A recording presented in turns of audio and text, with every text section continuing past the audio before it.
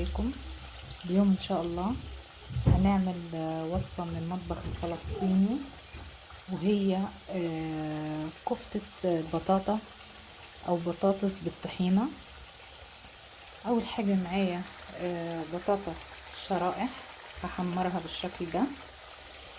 هتبل الكفتة، عبارة عن ربع يعني ربع ربطة كزبرة على معدنوس، يعني ممكن فنجان نخرطه كده صغير.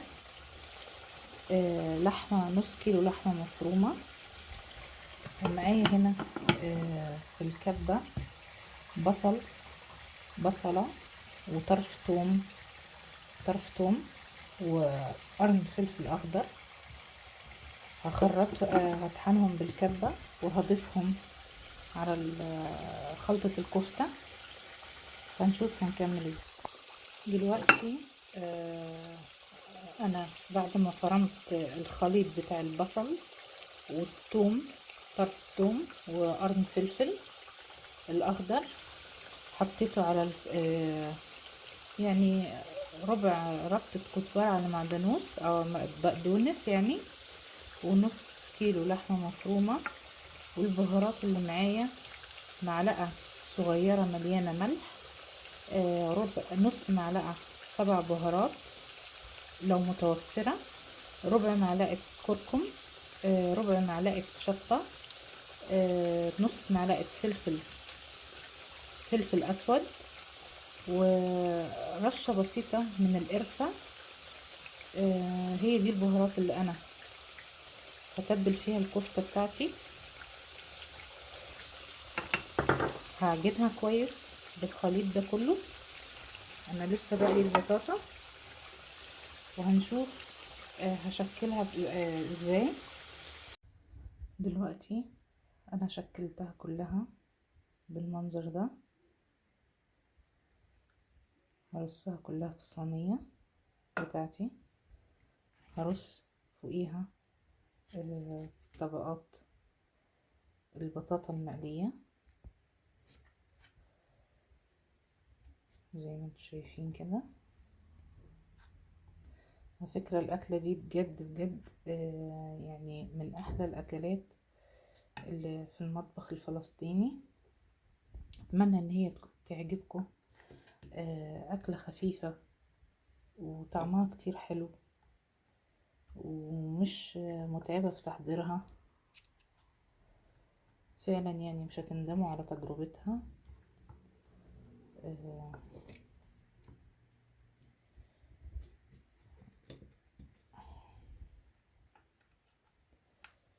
زي ما انتم شايفين كده. هغلفها كلها بالبطاطا. بعدين هعمل لها يعني المرقة اللي انا هسويها فيها هي الطحينة. انا عملتها معاكم من قبل في زهرة الطحينة او القرنبيط بالطحينة. هنستخدم كوباية طحينة، عليها كوباية مية، ليمونة، ومعلقة ملح، ورشة بسيطة من الفلفل الأسود فقط لا غير. هضربهم في الخلاط وهنشوف شكلهم مع بعض عامل ازاي. دلوقتي انا حطيت كوباية الا ربع طحينة، كوباية مية، حطيت ليمونة ونص، ومع معلقة ملح صغيرة قوي بتاعة الشاي، ورشة بسيطة شايفين لا تذكر من الفلفل الأسود. دي الطحينة اللي أنا استخدمتها. دلوقتي هخلطهم بالخلاط أو في الكبة، وهنشوف الخليط شكله النهائي ايه. دلوقتي ده الشكل النهائي لخليط المية والطحينة، ومعاها ليمون وملح ورشة من الفلفل الأسود. هو ده الخليط اللي هسوي فيه كفتة البطاطا. طبعا انتوا عارفين ان البطاطا مستوية او البطاطس يعني مستوية، الكفتة ما بتاخدش سوا. شايفين الخليط عامل زي اللبن ازاي؟ زي اللبن. هو ده. هغلفها دلوقتي بورق الألمونيوم، هسويها على الغاز، هخليها تغلي كده غلوتين 3، هتبتدي ترجع تتسبك تاني ولون الطحينة هيرجع تاني لطبيعته الأولانية. وبعد كده اما اخليها تاخد غلوتين 3 كده، يعني بتاع 10 دقايق من فوق على الغاز، هدخلها الفرن وافتح عليها الشواية فوق وتحت مع بعض. من فوق بس، اسفة، عشان تاخد تحميرة كده بسيطة. اتمنى ان هي تكون عجبتكم.